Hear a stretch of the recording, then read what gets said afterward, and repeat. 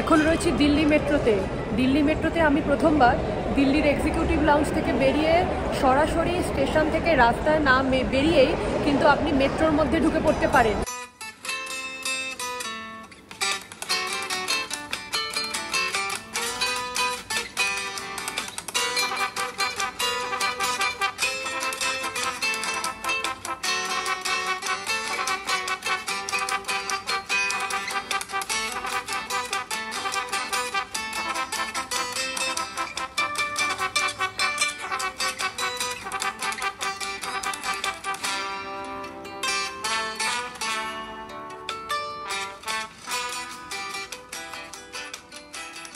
Normal UTI বা credit card, debit card ব্যবহার করে টিকিট করতে হয়।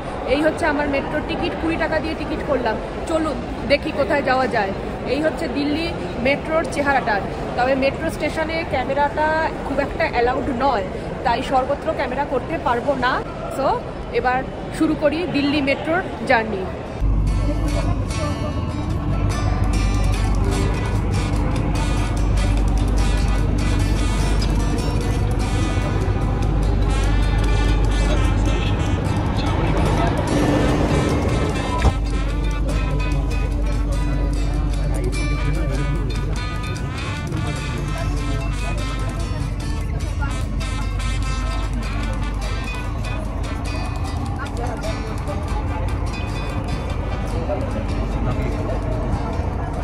ভিডিওর পার্টটুকু আমি ঘর থেকে শ্যুট করছি এবং এই পার্টটুকু শুধুমাত্র তাদের জন্যই যারা আগামী দিনে দিল্লিতে যাবেন বা দিল্লি ঘুরতে যাবেন এবং কিভাবে দিল্লিতে বিভিন্ন জায়গাগুলোর মধ্যে কমিউনিকেট করবেন সেই ব্যাপারে কিছু তথ্য আপনাদের সঙ্গে আমি শেয়ার করব।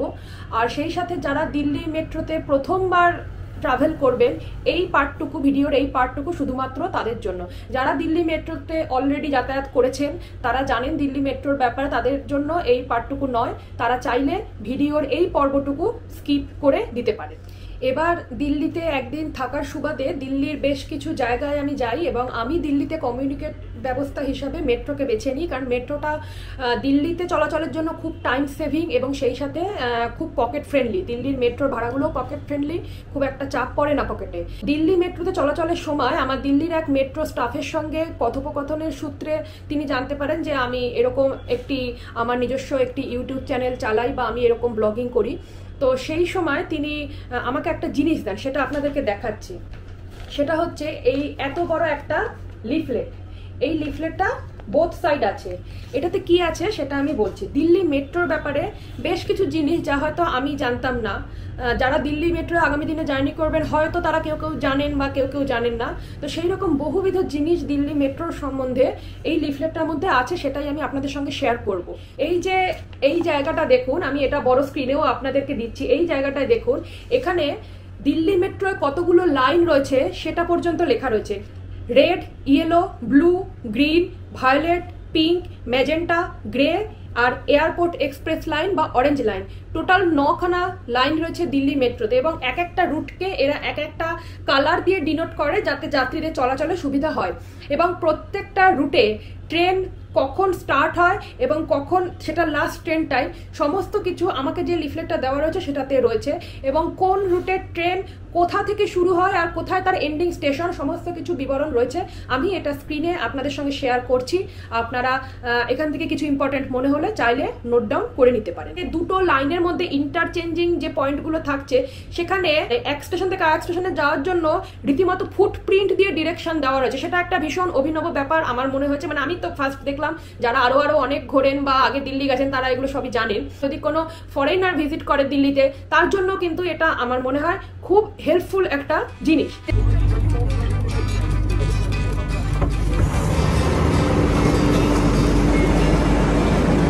কাশ্মীরি গেট মেট্রো অব্দি যে এলাম নিউ দিল্লি থেকে, এটা হচ্ছে ইয়েলো লাইনের মেট্রো। এবার এই কাশ্মীরি গেট থেকে আমাকে লাইন চেঞ্জ করতে হবে।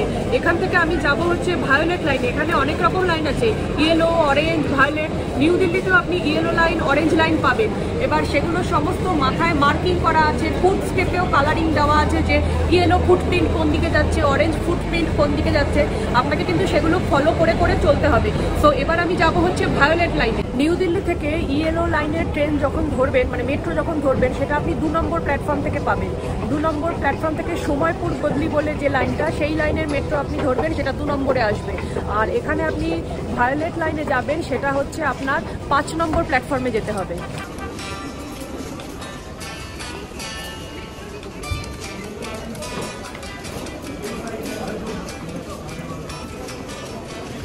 এখানে ভায়োলেট লাইনটা যাচ্ছে হচ্ছে রাজা নাহার সিং এর দিকে, এবং এটা বারবার বলছি, এটা কিন্তু 5 নম্বর প্ল্যাটফর্ম। আপনি যেখানে নামছেন কাশ্মীরি গেটে, সেখানে আপনাকে স্টেয়ার কেস দিয়ে একবার উপরে উঠে আবার ঘুরে এসে আরেকটা স্টেয়ার কেস দিয়ে আপনাকে এরকম নিচের দিকে নামতে হবে। এবং এখন অফিস টাইম, প্রচণ্ড ভিড় কিন্তু এই স্টেশনগুলোতে। দিল্লি মেট্রোতে মানে গোটা মেট্রোটার মধ্যে একখানা কোচ আছে যেটা অনলি ফর ওমেন, মানে মহিলারাই কেবলমাত্র সেই কোচে জার্নি করতে পারবেন। এবং সেই সাথে বাকি যে কোচগুলো রয়েছে সেখানে কিন্তু ওমেন স্পেসিফিক সিট মার্কিং করা আছে, যেরকম আমরা কলকাতা মেট্রোতেও দেখে থাকি, ঠিক সেরকম। এখানে যেটা বলছে যে ওমেন অনলি যে কোচগুলো রয়েছে, সেখানে যদি মেল প্যাসেঞ্জার ট্রাভেল করছে এবং সেটা যদি পুলিশের নজরে আসে বা হাতে নাতে ধরা পড়ে, সেখানে কিন্তু আপনাকে 250 টাকা ফাইন পর্যন্ত দিতে হবে।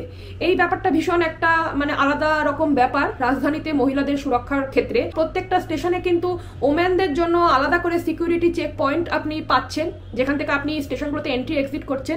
এছাড়া স্টেশনগুলির এন্ট্রি এক্সিটের কাছে কাস্টমার কেয়ার হেল্প ডেস্ক রয়েছে, সেটাও ভীষণ একটা হেল্পফুল জিনিস। কতটা হেল্পফুল সেটাও আমি আলোচনার মধ্যে আসবো।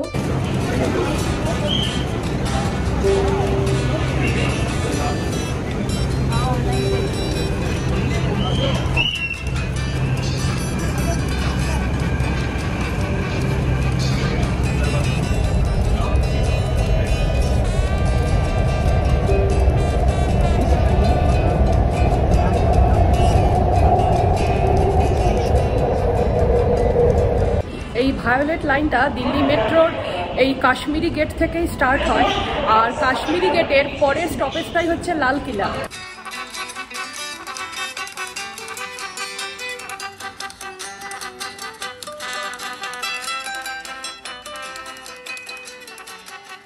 লাল কিলা মেট্রোর 4 নম্বর গেট দিয়ে আমাকে বললো বেরোলেই নাকি সামনে লাল কিলা, তো সেই মতো বেরোলাম। প্রথমত যারা আমরা ট্যুরিস্ট হিসেবে যাচ্ছি তারা কিন্তু চাইলে আমরা দিল্লি মেট্রো ট্যুরিস্ট কার্ড নিতে পারি।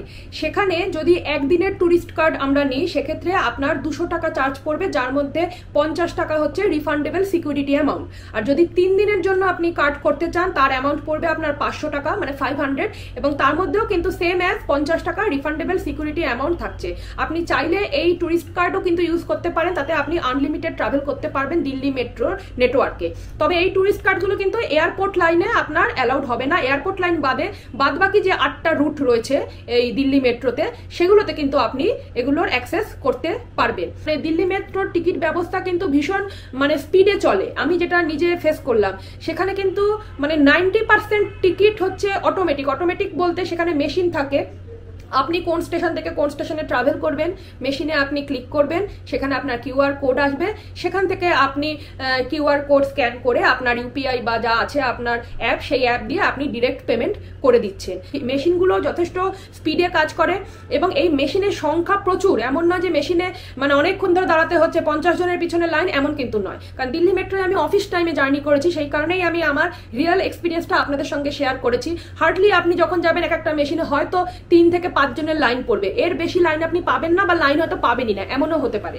আপনি বলবেন আপনার নেই, আপনি কিউআর স্ক্যান করতে পারেন না, বা আপনার নেই হয়তো অনলাইনে পরিষেবাটা, বা কোনো অসুবিধা আছে ব্যাংকিং এর সিস্টেমে, সেক্ষেত্রে আপনি টিকিট উইন্ডো পাবেন ফিজিক্যাল সিস্টেমে, সেখান থেকেও আপনার ওই কিউআর টিকিট আজকাল যেরকম হয় সেরকম। একেবারেই আগেকার সেই টোকেন সিস্টেম নেই দিল্লিতে। এখন কলকাতা মেট্রোতেও চেঞ্জ হচ্ছে, দিল্লিতেও কিন্তু কিউআর বেসড টোটাল জিনিসটা। Delhi metro DMRC travel app রয়েছে। আপনি এদের এই অ্যাপটাকে আপনার অ্যান্ড্রয়েড হোক, আইফোন হোক, যে যার ডিভাইস আছে সেই ডিভাইসে অ্যাপ ইনস্টল করেও সেখান থেকেও কিন্তু আপনি টিকিট পারচেস করতে পারবেন। National common mobility card NCMC, এই এনসিএমসির ব্যাপারটা কি, কিছু কিছু ব্যাংকের ডেবিট কার্ডে এই এনসিএমসি ফেসিলিটিটা থাকে, যেমন তার মধ্যে পাঞ্জাব ন্যাশনাল ব্যাংক অন্যতম। দিল্লি মেট্রোর এন্ট্রি এক্সিট পয়েন্টেও কিন্তু আপনি ডিরেক্ট ডেবিট কার্ড থেকে পয়সাকে ডিডাক্ট করিয়ে আপনি চলাচল করতে পারবেন। এটাও ভীষণই একটা কুইক প্রসেস। আপনি একটা স্পট থেকে আর একটা স্পটে যাবেন, এবার সেখানে কোন দিকের মেট্রো যাবে বা আপনাকে কোনো মেট্রো চেঞ্জ করতে হবে কিনা, নিয়ার বাই মেট্রো স্টেশনটা কি পড়বে, সমস্ত কিছু জানার জন্য আজকের ডেটে আপনার কিন্তু কোনো মেট্রো অফিসিয়ালসের সঙ্গে কথা বলার দরকার নেই। আপনার আশপাশের কোনো লোককে, ওখানকার কোনো লোকাল লোককে জিজ্ঞাসাবাদ করা, কি কোনো অটো ভাই, টোটো ভাই, কি কোনো ট্যাক্সি চালক, কোনো লোকাল গাইড, কারোর হেল্প নেওয়ার কোনো প্রয়োজন নেই। আপনার পকেটের এই স্মার্টফোন ডিভাইসটাই কিন্তু হতে পারে আপনার বেস্ট ফ্রেন্ড। সবটাই আপনাদেরকে আমি আমার ফোনের ডিভাইস দিয়ে স্ক্রিন শেয়ার করে দেখিয়ে দিচ্ছি। গুগলের পেজে গিয়ে আপনি এই New Delhi to Lalqila metro বলে সার্চ দেবেন। দিলে প্রথম যে সার্চ রেজাল্টটা আসছে, যেটা দেখাচ্ছে যে দিল্লি মেট্রো রেল .info বলে, সেইটাতেই আপনি ক্লিক করবেন। করলেই আপনি দেখবেন দেখাচ্ছে from New Delhi to Lalqila. এটার ফেয়ার কত পড়বে? 20 টাকা।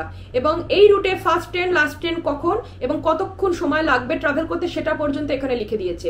এরপর আপনি দেখতে পাবেন যে নিউ দিল্লি থেকে যাওয়ার ক্ষেত্রে আপনাকে কোথায় ট্রেন চেঞ্জ করতে হবে।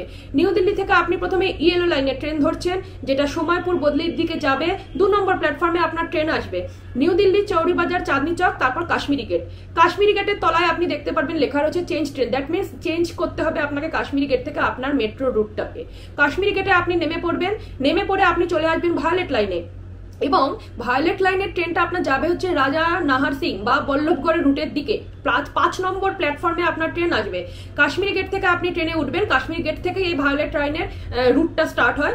কাশ্মীরি গেটের পরের স্টেশনই হচ্ছে আপনার লালকিল্লা। ইভেন আপনি লালকিল্লা যে যাবেন, কোন গেট দিয়ে বেরোবেন সেটাও এখানে ইন্ডিকেট করা থাকে। লালকিল্লা মেট্রো 4টে গেট রয়েছে। আপনি 1 বা 4 যে কোনোটা দিয়ে বেরোলেই লালকিল্লা মেট্রো পাবেন। 1 নম্বরে বেরোলে আপনাকে রোড ক্রস করতে হবে, আর 4 নম্বরে বেরোলে আর রোড ক্রস করতে হবে না, একদম সামনেই লালকিল্লার এন্ট্রিটা রয়েছে। এই যে পিছনে মেট্রো দিয়ে বেরোলাম, আর সত্যি বেরিয়ে এই যে সেই লালকেল্লা, ছোটবেলা ইতিহাসের বইয়ের পাতায় পড়ে এসেছি লালকেল্লা, লালকেল্লা যেখান থেকে স্বাধীনতার পর ভারতের প্রথম প্রধানমন্ত্রী তার বক্তব্য রেখেছিলেন, পণ্ডিত জওহরলাল নেহেরু। তো সেই লালকেল্লার মাথার সেই ফ্ল্যাগ, আমাদের ভারতের ফ্ল্যাগ উড়ছে দেখতে পাচ্ছি। সত্যি মানে কি বলবো, মানে একটা অদ্ভুত মুহূর্তের সাক্ষী আমি। মানে এটা কোনোদিন জীবনে দেখতে পারবো, কোনোদিন নিজের জীবনে দিল্লি আসবো, লালকেল্লা আসবো, এটা আমার মানে স্বপ্নই ছিল। এই স্বপ্নটা হয়তো আজকে আমার বাস্তব হলো। দিল্লি মেট্রোর যে কাস্টমার কেয়ার হেল্প ডেস্কের মতো প্যাসেঞ্জার কেয়ার হেল্প ডেস্কের কথা আমি আলোচনা শুরুতেই বলেছি, যেটা আমি বলেছিলাম সেটা এবার বলি। দিল্লি ভ্রমণে শেষ পর্বে এসে যখন বাড়ি ফিরবো নিউ দিল্লিতে, তখন আমাকে আবার কাশ্মীরি গেট দিয়েই কিন্তু আমার মেট্রো চেঞ্জ করার কথা।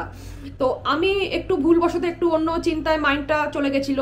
তো সেই কারণে আমি ভুল করে নিউ দিল্লির টিকিট কাটার পরিবর্তে কাশ্মীরি গেটের টিকিট কেটে ফেলি। এবং আমি কাশ্মীরি গেটে নামার পর হঠাৎ খেয়াল হয় টিকিটটা, আমি তো কাশ্মীরি গেট কেটেছি, আমি এবার যাব নিউ দিল্লি, তাহলে কি আমাকে আবার টিকিট নতুন করে কাশ্মীরি গেট থেকে নিতে হবে? এবং সেটা নিতে গেলে আমাকে ডাবল ভাড়া গুনতে হবে, কেননা কাশ্মীরি গেট থেকে আমি লাইন চেঞ্জ করলেও আমার কাশ্মীরি গেট অবধিও যে ভাড়াটা আমার পড়েছিল, আমি যেখান থেকে রিটার্ন করার সময় আসছি, আমি নিউ দিল্লি অবধিও যদি টিকিট করি তাহলে একই ভাড়া পড়বে, এরকম একটা সিচুয়েশন ছিল তখন। তো আমি কাশ্মীরি গেটের যে হেল্প ডেস্কের স্টাফ ছিলেন মেট্রো রেলের, আমি তার সঙ্গে কথা বলি। অফিসিয়াল যিনি ছিলেন, অফিসিয়াল তিনি আমাকে বললেন যে না, তার কোনো প্রয়োজন নেই, আপনি এই টিকিট নিয়ে নিউ দিল্লি চলে যান, নিশ্চিন্তে চলে যান। লাইন চেঞ্জ করে আমি তার কথা মতোই নিউ দিল্লিতে যাই। এবং তিনি আমাকে বলে দিয়েছিলেন, আপনি আমাকে যা যা বললেন এই ব্যাপারটা নিউ দিল্লির এক্সিট পয়েন্টে আপনি সেখানেও হেল্প ডেস্ক পাবেন, সেখানে আপনি এই কথাটা বলবেন, তারা আপনার পরবর্তী টিকিটের বন্দোবস্ত করে দেবেন। নিউ দিল্লির এক্সিট পয়েন্টে সেখানে হেল্প ডেস্কে গিয়ে আমি এই ব্যাপারটা পুরো বলি। তো অফিসিয়ালস কিন্তু মানে হেসে ফেললেন আমার ভুলটা শুনে, যে আমি ভুল করে কাশ্মীরি গেটের টিকিট কেটে ফেলি। উনি আমার এক্সিস্টিং টিকিটটা নিলেন, নিয়ে আমাকে সেই টিকিটটা পুরো ছিঁড়ে ফেললেন, মানে উনি ওনার জিম্মায় নিয়ে নিলেন, আমাকে আর দেননি। আমাকে একটা নতুন টিকিট দিলেন যেখানে লেখা ছিল পে 0, মানে আমাকে কিন্তু কোনো টাকা দিতে হয়নি, ব্যালেন্স আর কি 0 যেটা লেখা থাকে। এবং সেখানে আমার লেখা ছিল নিউ দিল্লির টিকিটের যা লেখা থাকে সেইটা। এবং এই হেল্প ডেস্কগুলো যে সত্যি হেল্প করে, এটা আমি আমার অভিজ্ঞতা দিয়ে আপনাদেরকে বললাম। আর আমি জানি না বা আমি আপনাদের সঙ্গে শেয়ার করিনি এমন কিছু তথ্য যদি আপনারা জেনে থাকেন, তাহলে অবশ্যই কমেন্টে লিখুন, যাতে আমিও জানতে পারি আর অন্য দর্শক বন্ধুরাও যেন জানতে পারেন। নমস্কার।